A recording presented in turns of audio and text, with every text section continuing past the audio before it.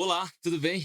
Se você está inseguro atuando na área de controladoria, área de finanças corporativas, fica aqui que esse vídeo é para você. Eu quero hoje trazer aqui, detalhes e que você entenda que muitas vezes, essa insegurança que nos trava, até muitas vezes paralisa, nos faz querer, às vezes, até desistir, certo? Ou, quando a gente, de alguma maneira, acha um caminho alternativo, ao invés de enfrentar nossos problemas de frente. Eu já passei por isso. Então, assim, fica comigo, que eu vou aqui até o final te ensinar alguns macetes para você superar isso e você entender melhor.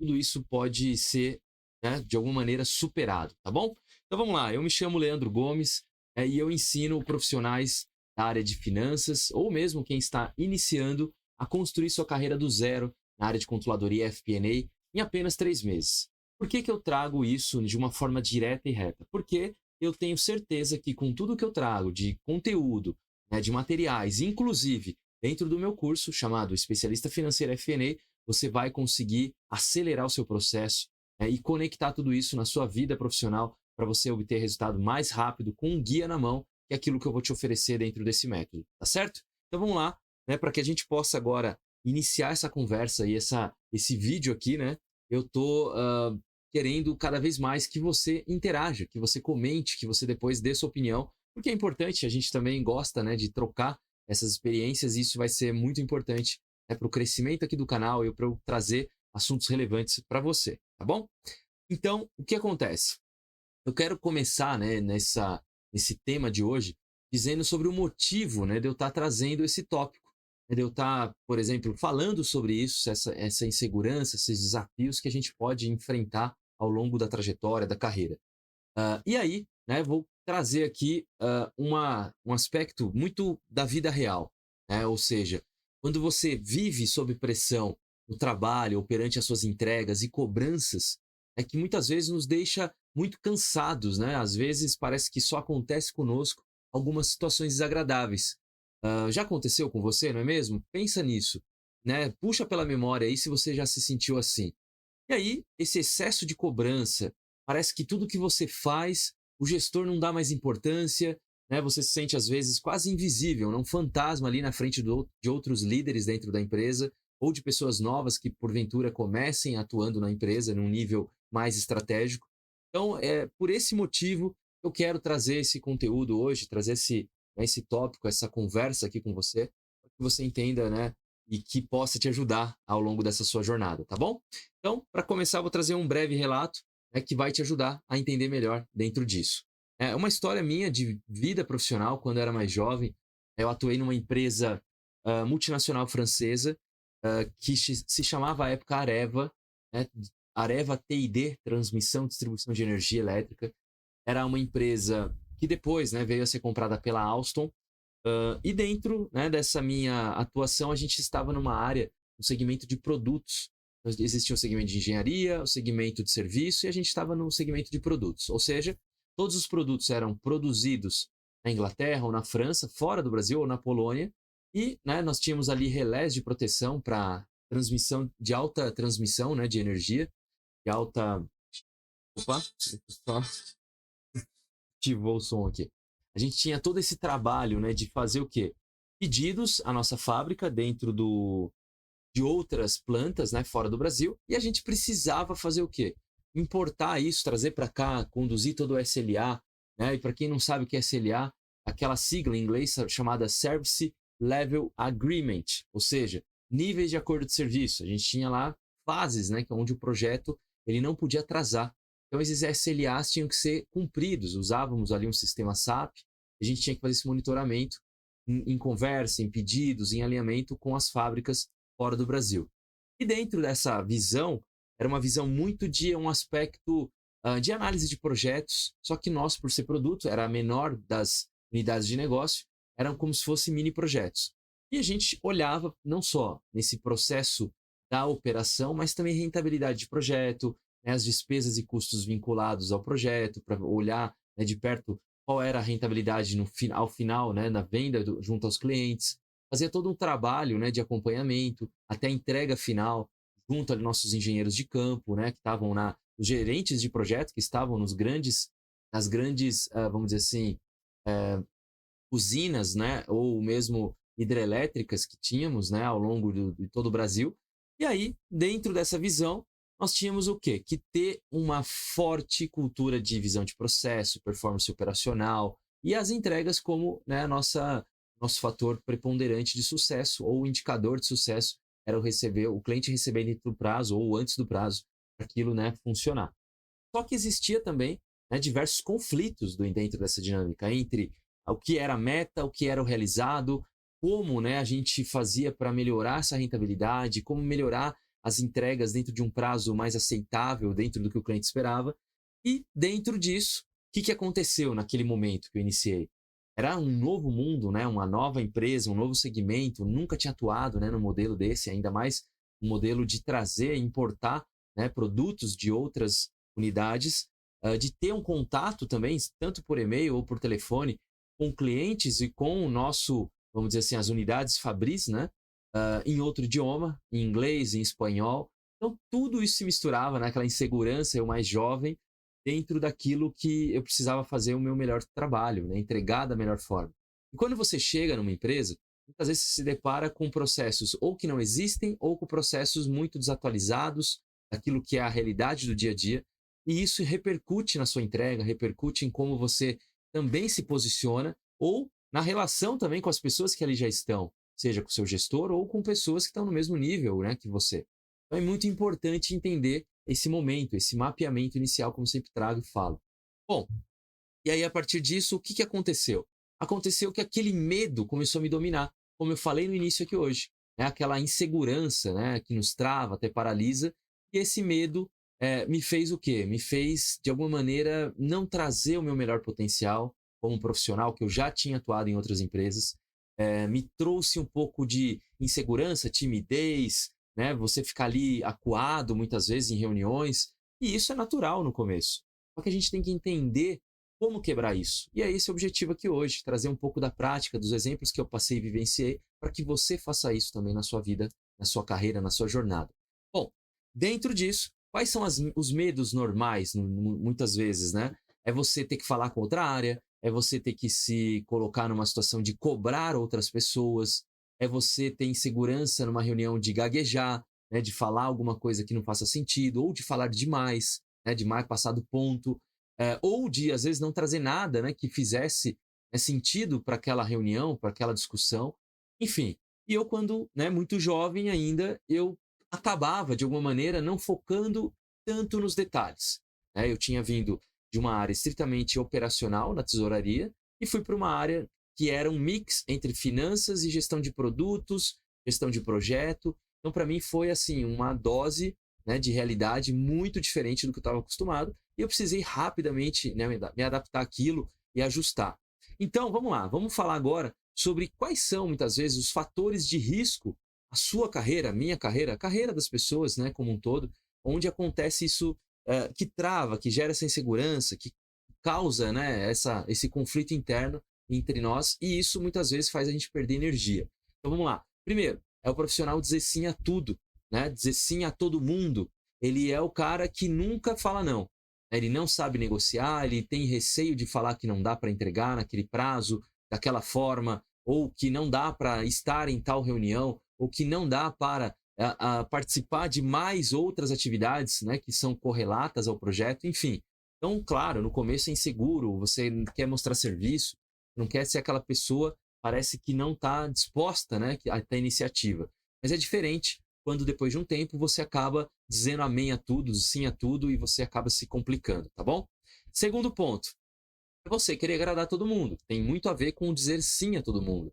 Você querer agradar todos, você não agrada ninguém.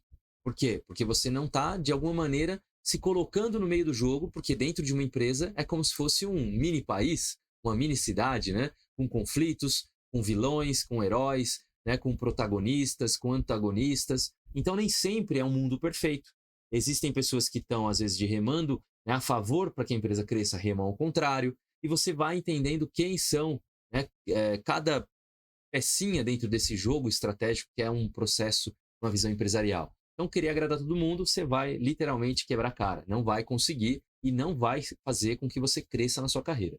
Depois, Você não ter o seu próprio planejamento das suas atividades diárias, semanais, mensais, né? Você não tem controle sobre isso porque você não é organizado, que você não tem o mínimo de planejamento. Pensa comigo, quando você não controla as atividades, você acaba sendo controlado pelo quê? Pela agenda dos outros. Isso mesmo, você vai ser a agenda dos outros. Alguém vai te colocar, né, em programações que você não vai poder dizer não, porque se falarem por que você não pode, você não vai ter argumento para falar.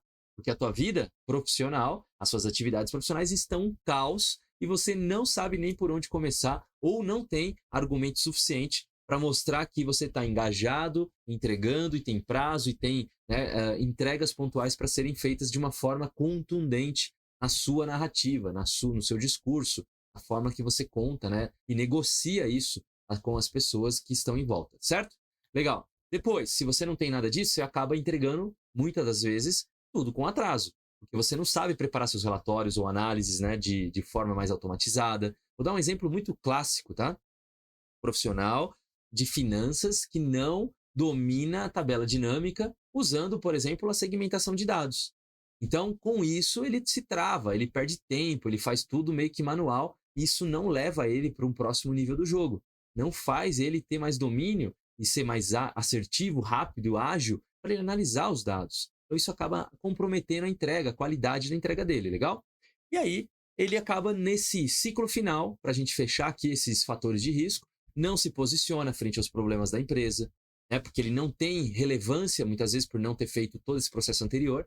E, por último, ele não tem, às vezes, a própria iniciativa. A iniciativa de assumir que ele pode resolver um pequeno pedaço do problema que a empresa está vivendo, ou o problema naquele momento como um todo, e assumir como responsável. E aí, ou ainda pior, né? Ele pode ter até uma iniciativa, aquela pessoa de energia que fala que vai fazer, que vai acontecer, só que ele não tem o quê? Que é o pior. Não tem acabativa, né? Iniciativa versus acabativa. Não adianta você se colocar no jogo, falar que vai fazer e você não entregar. Você não entrega, você não termina, você não acaba, você vira, né, uma pessoa que não consegue finalizar o que você iniciou. Isso é pior, né? Desgastante. Então, se algum desses fatores serviu para você, pensou, bateu aí um pouquinho, né, na alma, pensando assim, caramba, Leandro, parece que está falando comigo, marca aqui, comenta comigo para eu saber depois, né, se fez sentido para você. Não tem problema, aqui não tem certo e errado, a gente está aprendendo juntos, tá bom? Legal? E aí, né, para que você entenda ainda mais dentro aqui desse vídeo, né, eu vou trazer mais detalhes de como eu fiz naquela reunião, né, naquele processo inicial, nessa reunião que eu estava comentando, que eu não tinha segurança, né, que eu estava ali no meio, parecendo que, né, eu estava ali escondido, né, porque eu não queria falar, não queria me posicionar. Enfim, essas reuniões que aconteciam era muito de analisar o projeto e isso dentro dessa visão, né, a gente tinha nessa reunião mensal analisar os resultados com profissionais e líderes de outras áreas e eu tinha que defender um pouco os meus projetos junto com o meu gestor. Meu gestor, algumas vezes, ele também ali tinha algumas inseguranças, que é normal, mas eu podia contribuir muito mais. Como que eu melhorei esse ciclo? Como que eu fiz isso? Eu vou falar daqui a pouquinho para vocês aqui no final. Fica aqui comigo. Legal? Bom, e aí, dentro disso, eu vou trazer algumas dicas também práticas para você aplicar, para você executar isso no seu dia a dia, diante desses fatores de risco que eu comentei aqui. Legal?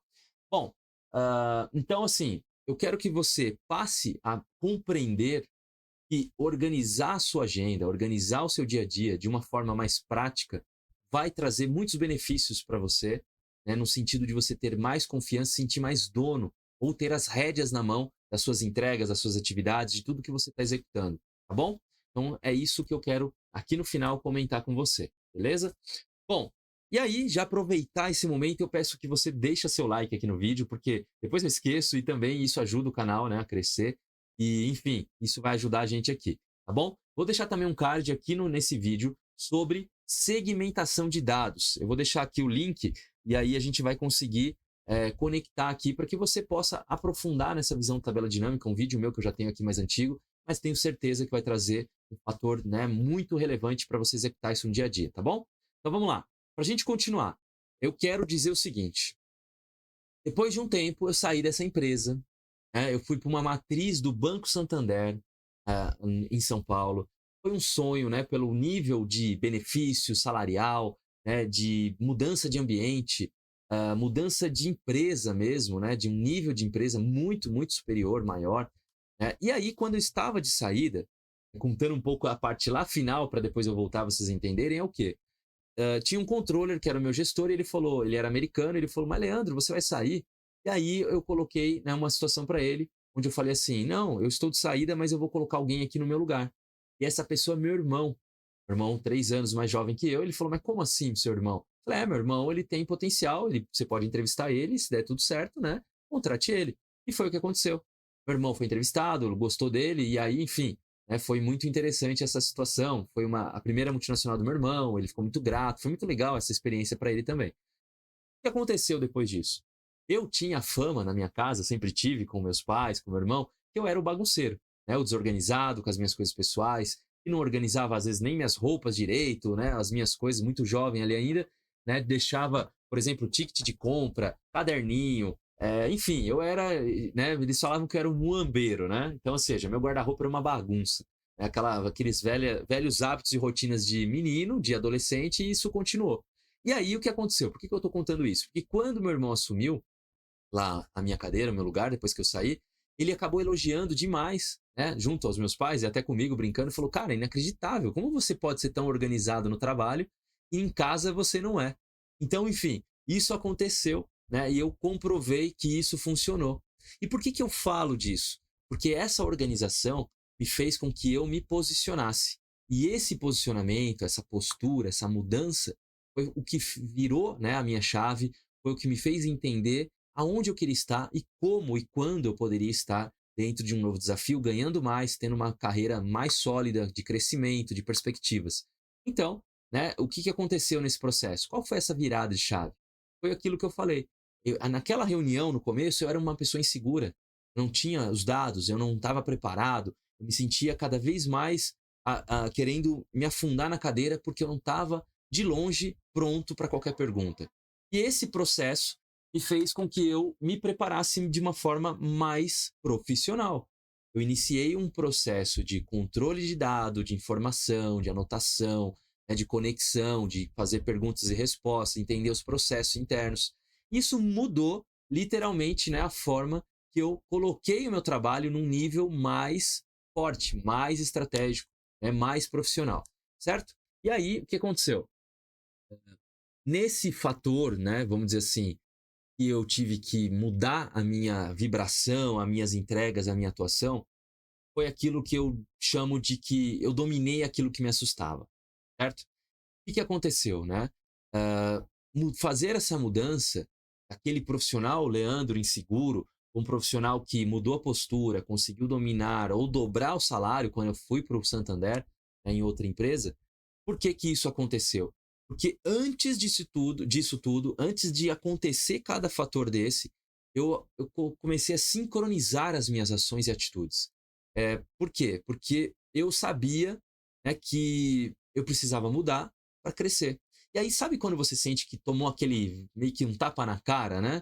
E aí você precisa fazer o que precisa, né? O que precisa ser feito para você conquistar, vencer, atingir, sem lamentações, sem desculpinhas. Bom, foi o que eu fiz. E aí, nesse processo, eu quero que você agora anote para você depois não se esquecer e depois comentar se deu certo aí com você. Eu comecei a ter um nível maior de planejamento das minhas atividades, depois nível de controle das atividades, uma postura mais orientada a resultado, não só ao relacionamento com o meu gestor, mas aos líderes da empresa, uma comunicação mais efetiva, comecei a ter mais confiança passo a passo, e depois uma intenção. Por que a intenção? Porque se você não tem mínimo, né, daquilo que você almeja buscar ou atingir, você fica no mesmo, na zona de conforto. E eu queria muito ser promovido, oferecer mais e mais, né, nas minhas entregas. Então eu era aquele profissional que falava: peraí, se depende de mim, eu vou fazer acontecer como eu fiz na empresa anterior.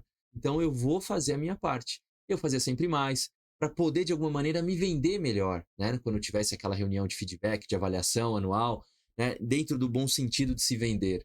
E isso foi, de alguma maneira, destravando coisas em mim, onde eu percebi que eu precisava fazer tudo isso para avaliar se onde eu estava naquela empresa, aquela área, era realmente sobre aquela gestão que eu iria crescer, que eu iria me desenvolver ou, né, ia ficar estagnado ali no mesmo lugar, né, e eu precisava crescer e voar para outro lugar. Então foi um objetivo de vida meu. E esse fator, né, fez o quê? Dentro dessa dinâmica, fez com que lá naquela reunião, depois de um tempo, eu estava muito mais seguro, eu sabia as perguntas que eu tinha que fazer, eu tinha um poder de análise melhor sobre o que estava acontecendo naquela semana, sobre os projetos. Eu olhava e já pensava, se me perguntarem quais são os 5 melhores projetos, eu já sei dizer, quais são os 5 piores, eu já sei dizer, e o porquê que os melhores, em comparação aos piores, estão performando melhor. Então você precisa aprofundar nos dados, e foi o que eu comecei a fazer, ter uma agenda das entregas, conectando e antecipando também com as pessoas que interagiam no projeto dentro do SLA que nós tínhamos. Então tudo isso melhorou, né, a comunicação, a entrega e a fluidez da informação. E isso foi o que fez, né, uma grande diferença dentro do meu crescimento naquele momento, me trouxe resultados muito mais rápidos e que, quando eu descobri que o meu gestor de um nível que era o superintendente não tinha, de alguma maneira, interesse ou por mais que eu fizesse, não era um fator de preponderância de eu ser promovido ou crescer mais rápido, eu simplesmente olhei o mercado, né, comecei a conectar minhas conexões, meus amigos, e eu consegui uma indicação para trabalhar no Banco Santander. Fiz, passei no processo seletivo e foi a melhor escolha da minha vida. Assumi um risco maior? Com certeza, mas valeu a pena. Dali eu cresci, né, 2 vezes mais em relação ao salário, mudou minha perspectiva, eu passei a conhecer ainda mais coisas novas, pessoas, processos, aprendizados, e isso foi, né, o processo de uma grande conquista minha profissional. Então, o que eu quero deixar para você? Um insight pessoal. Faça a tua parte, se dedica, busque, vale a pena. E se não der, se não atingir o que você esperava, você já vai ter a certeza que você precisa estar em outro lugar, precisa mudar o quanto antes para você alcançar aquilo que de fato é seu por direito, tá bom? Bom, um insight pessoal também, uma reflexão, é sobre você vencer o medo. Eu falei aqui no começo sobre a questão de você se sentir, né, que está inseguro, que trava, que paralisa, e às vezes dá vontade de desistir, dá vontade de largar tudo, fala, por que, que só eu não consigo? Por que, que meu colega conseguiu? Parece que é só comigo. Calma, né? Se autoavalia de novo, para e pensa no que você deixou a desejar. Se você começou errado onde você está, é um sinal de que é difícil mudar essa imagem na cabeça das pessoas. E aí vale a pena, às vezes, mudar de empresa para começar na rotação nova, numa sintonia nova, e isso que faz a mudança na nossa vida profissional e pessoal. A reflexão é: a gente precisa ter coragem para enfrentar os medos. E aí, a coragem, né, é uma frase da Isabella Iannelli, que é a cofundadora da Oceano, plataforma de educação emocional, né, que eu peguei numa revista um dia desses, fala assim, ó: alegria, tristeza e medo é natural do ser humano, faz parte de nós. Agora, enquanto a coragem é uma escolha, podemos escolher em ter coragem, enfrentar nossos medos, nossos maiores monstros e superá-los. É assim que funciona para todo mundo. Foi para mim, é para você e é para todo mundo que nos acompanha aqui, certo? Então, é isso. Espero que tenha gostado do vídeo. Já deixa seu like, se inscreva no canal, comente, compartilhe com algum amigo, deixe sua opinião sobre isso. Eu vou ficar muito feliz de receber aqui, ver e depois poder responder a cada um de vocês, tá certo? É isso. Um grande abraço e até o próximo vídeo. Valeu. Tchau, tchau.